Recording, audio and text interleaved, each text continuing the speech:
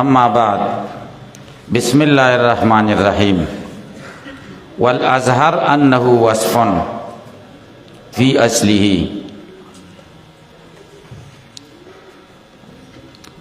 علامہ بیضاوی رحمہ اللہ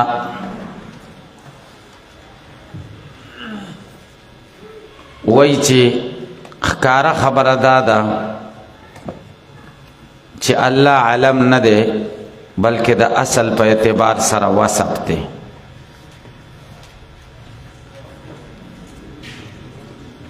بیا چې چا دا ویلیو چې علم دی هغوی درې دلایل ویلیو. یو دا چې دا موصوف واقع کیږي او د څه صفت نه واقع کیږي. دویم دا دی الله د پاره یو نوم داسې پکار دی چې صفات پې جاری شي او په نورو نومونو کې په لفظ الله کې دا صلاحیت دی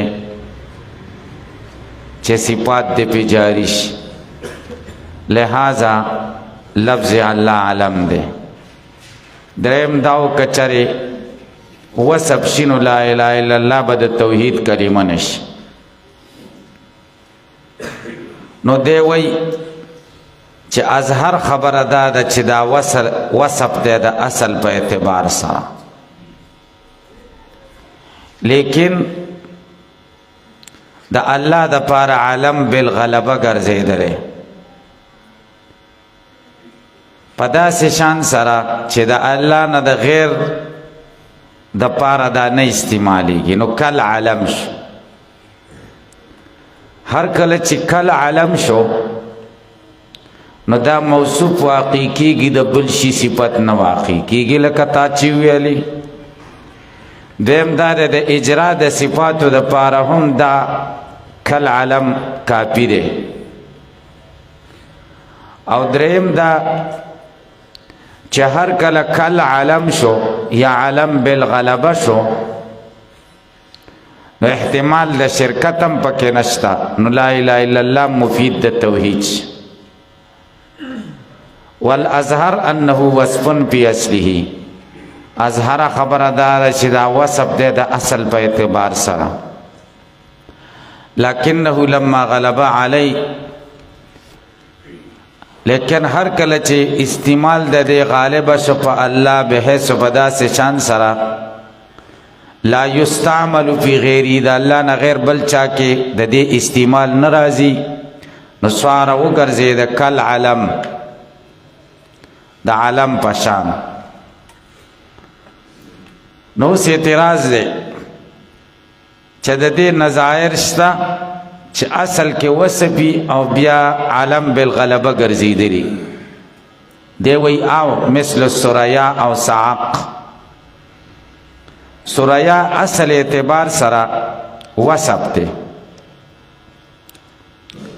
ځکه سریا تصغیر د سروا او سروا مؤنث د سروان، مالدار ښځې ته وایي.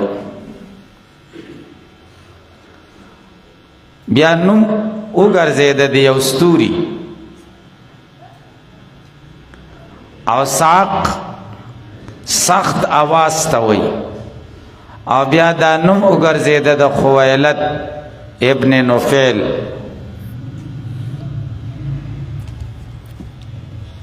په داسې شان سره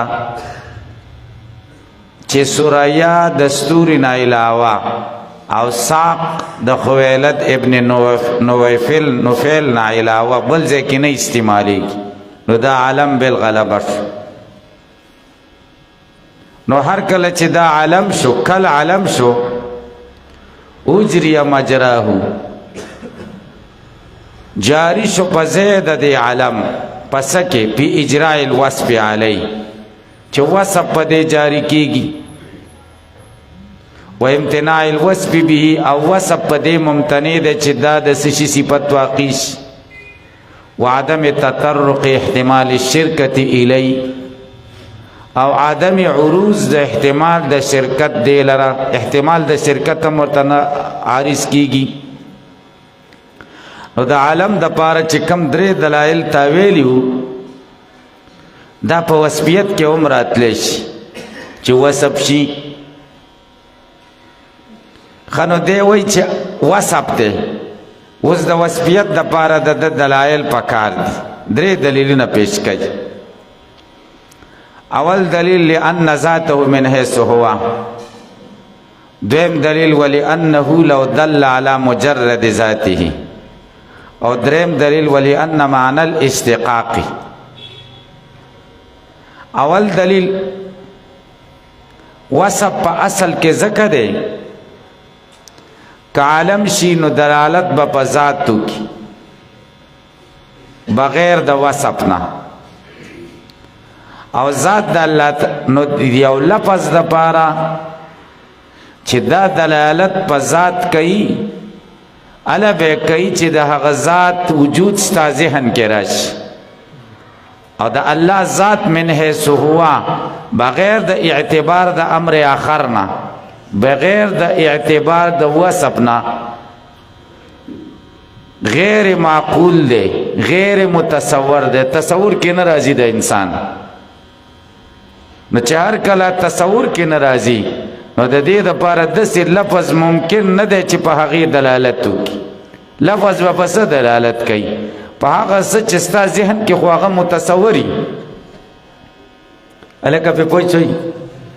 نو ذات من حیث ذات بغیر د اخذ د صفت نه دا متصور نه دی. نو د دې دپاره به لفظ څنګه راشي؟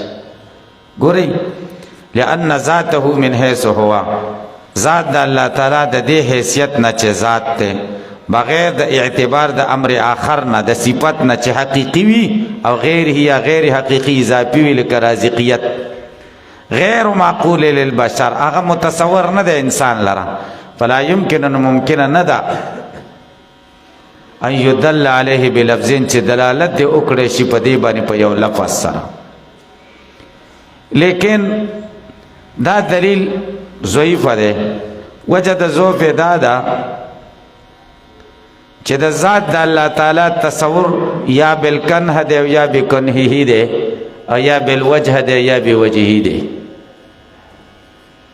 نو چې دی وایي چې د ذات تصور من حیث هو بغیر د اعتبار د امر آخر نه غیر معقول للبشر دی یعنی غیر متصور دی په تصور بالکنه او بکنهه سره نه په بالوجه او بوجهه سره. او د لفظ د پاره چې لفظ په دلالت وکي تصور بالوجه او بوجهه هم کافی دی. دویم دلیل که چرته لفظ الله دلالت په ذات من حیث هو وکي بغیر د اعتبار د امر آخر نه بیا به هو الله فی السماوات د دې دپاره څه معنا کوي وهو الله ذات د الله تعالی په اسمانونو کې دی. نو سماوات به ضرب شي د ذات دپاره او حال دا دی چې ذات د باری تعالی خو منزه دی د مکان نه ولا یتمکنو فی مکان. معلومه شوه چې د الله لفظ د اصل په اعتبار سره وصف دی. وهو الله معنا بداسي وهو المعبود في السماوات ولأنه لو دل على مجرد ذاته كدلالت په مجرد ذات مخصوص کی لما افاد فائدہ بنکی ظاهر قولی تعالی ظاهر د قول د الله تعالی وهو الله في السماوات معنا صحیحا. ده هو الله في السماوات د پاره به معنا صحیحا ته معنا صحیح افاده بونش الکه تاسو به پوښی. لیکن دا دلیل کمزور دی ځکه وهو الله فی السماوات ورپسې څنګه دی یعلم سرکم وجهرکم. نو دې کې بل تاویل کیږي وهو الله فی السماوات وفی الارض یعلم سرکم وجهرکم.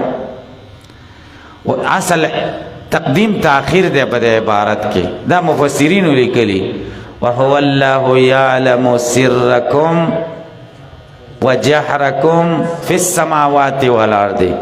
في السماوات متعلق دی يعلمو پوری وهو الله فی السماوات وفی الارض یعلم سرکم وجهرکم. نو د ذات دی مراد شي او وهو الله اصل کې بدسي شي وهو الله يعلم سركم وجهركم في السماوات وفي الارض. الکه په پوښتې اسمانونو زمکو کې تاسو په پټو ښکارا خبر خدای خبردار دی. په السماوات به ضرب د نشي د ذات لپاره الکه تاسو په پوښتې. دریم دلیل چې وصف ته ولئن معنى الاشتقاق دی وی معنا د اشتقاق دا د چې دو لفظونه مشارکی یو تر بله په معنا او ترکیب کې هغه دلته شته دی نو بیا پکې اشتقاق ولې نه کې. ولئن معنى الاشتقاق معنا د اشتقاق هو کون احد اللفظین چې یو د دوو لفظونو مشارک دی د بل سره په معنا او ترکیب کې وهو حاصل بینه وبین الاصول المذکوره. معنا د اشتقاق حاصله د لفظ الله د اصول مذکوره په منځ کې چاغه وو طریقې ذکر کړې. نو بیا د اشتقاق ممانعت څه ده چې ته وصف چې ته علم جوړې الکه دې ځې پورې تاسو په پوښتنه ان شاء الله. وقيل چاویل دي اصله لاها بالسريانيه چاویل دي چې لفظ الله په اصل کې لاها او په سریانه جبه کې عربي سره دی نه الکه به پوښتنه. فعربا معرب کړي شو عربی ته د سریانه را نقل کړي شو بحسب الالف الف پکې حذف شو رسته و ادخال اللام علی او الف لام په پاوله کې داخل شنو الله ته جوړ شو. دې پوری پوښتنه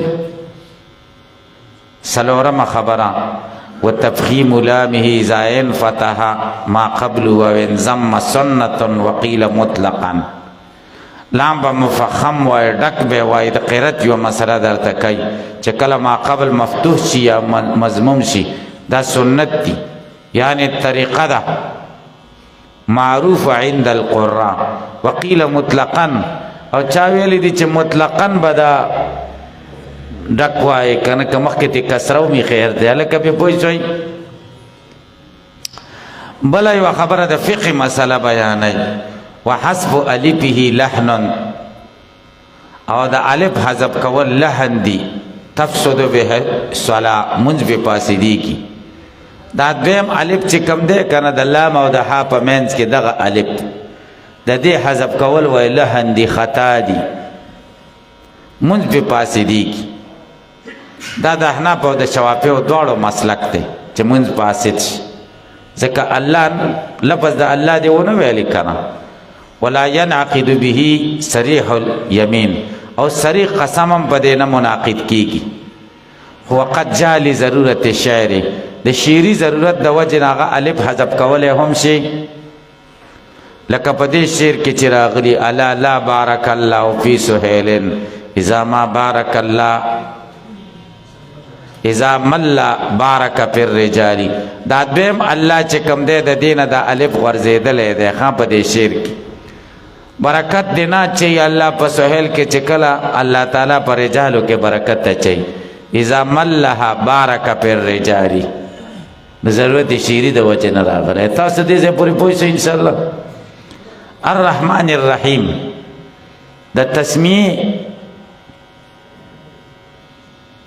دریم څلورم او پنځم لفظ رحمان او رحیم دی.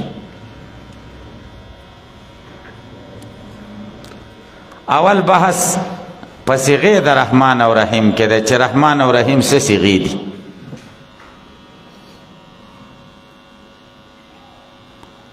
او د رحمان او د رحیم اطلاق په خدای څه دی. دویم بحث رحمان او رحیم کې فرق څه دی. دریم دا چې رحمان پر رحیم مقدم ولیک د دې بسلور وجوه ذکر کی. سلورم د لفظ رحمان تحقیق په اعتبار د اصل سره وکي. پنځم بحث بسم الله کې د اسماء ثلاثه د خدای ولې ذکر کا الله او رحمان رحیم. دا پنځم مباحث به ذکر شي اول بحث په صيغه د رحمان او رحیم کې د جمهور مسلک دا دی چې رحمان او رحیم د صفت مشبهه صيغه دي خو مفید د مبالغه دي د دوه وجونه یو وجه دا ده چې صفت مشبهه کې دوام او ثبوت ده او دوام او ثبوت زیادت معنا ده نو مبالغه پکې رااله دیمه وجه زمخشري وایي كل ما هو معدول عن اصله فهو ابلغ عن اصله هر هغه شی چې معدول د اصل نه نو دا د اصل نه ابلغي او رحمان او رحیم معدول دي د راحم نه لہذا دی کی مبالغه زیاته ده دوی مسلک د سیبوی دی سیبوی وی رحمان د صفت مشبهه صيغه ده او رحیم د اسم فاعل صيغه ده چې د مبالغه د پاره وضع شوی ده د دواړو قول مطابق رحمان او رحیم د صفت صيغه دي دلته په پتا سے اعتراض وارد چې علامه بیزاغی وی خو وی اسمان رحمان او رحیم دواړه اسمونه دي بنیا جوړی شوی دي للمبالغه د مبالغه د پاره او مر رحمه اخستل شوی دي د رحمانه کل غضبان من غضبا لکه غضبان چې د غضبانه اخستل شوی یا علیم د عالمانه اخستل شوی چې د صفت صيغه شي علامه بیزاوی ورته اسمان ولې وای اسم خو په مقابله د صفت کې دی تاسو به جواب وکئ دلته اسم په مقابله د فعل او حرف کې دی د مشتق په مقابله کې نه دی اسمان دواړه اسمونه دي د حرف او د فعلونه نه دي دویم اعتراض به دا وارد چې دلته ویلې بنیا للمبالغه دا سی ولې نه ویل چې وزع للمبالغه وزع شوي دي د مبالغې دپاره جواب دا دی وزع د مبالغې دپاره نه دي مفید د مبالغې دپاره دي وزع خو د مبالغې دپاره نه دي ماخوذی دي د رحمانه لکه غضبان د غضبانه او علیم د عالمانه رحمت ویسته د رحمت معنا څه ده ماده د دواړو رحمت دي والرحمت فی اللغة رقة القلب دا زړه نرمېدو ته وایي وانعطاف مایل کېدل یقتضي التفضل والاحسان چې تقاضا د تفضل د مهربانۍ او د نیکۍ کوي چې چا سره نیکي وکړي او مهرباني وکړي زړه دې نرم شي چې چا سره نیکي وکړي دې ته رحمت وایي ومنه الرحم د دین رحم ما خستل شوی لانعطافها على ما فيها ځکه مایل ده او نرم ده په هغه څه چې په دې رحم کې پراته دي الکه په پوه شئ واسماء الله انما تؤخذ باعتبار الغایات دا اصل کې دفع دی اعتراض ده خلاصه د اعتراض دا ده چې رحمت رقت القلب ته وي د زړه نرمېدل او میلان ته او زړه نرمېدل دا خو د مرکب صفت دی چې څوک جوړي د زړم پکې یو جزئی او الله تعالی خو مرکب نه دی نو د الله ته د رحمت نسبت څنګه شوی الکه تاسو به پوه شئ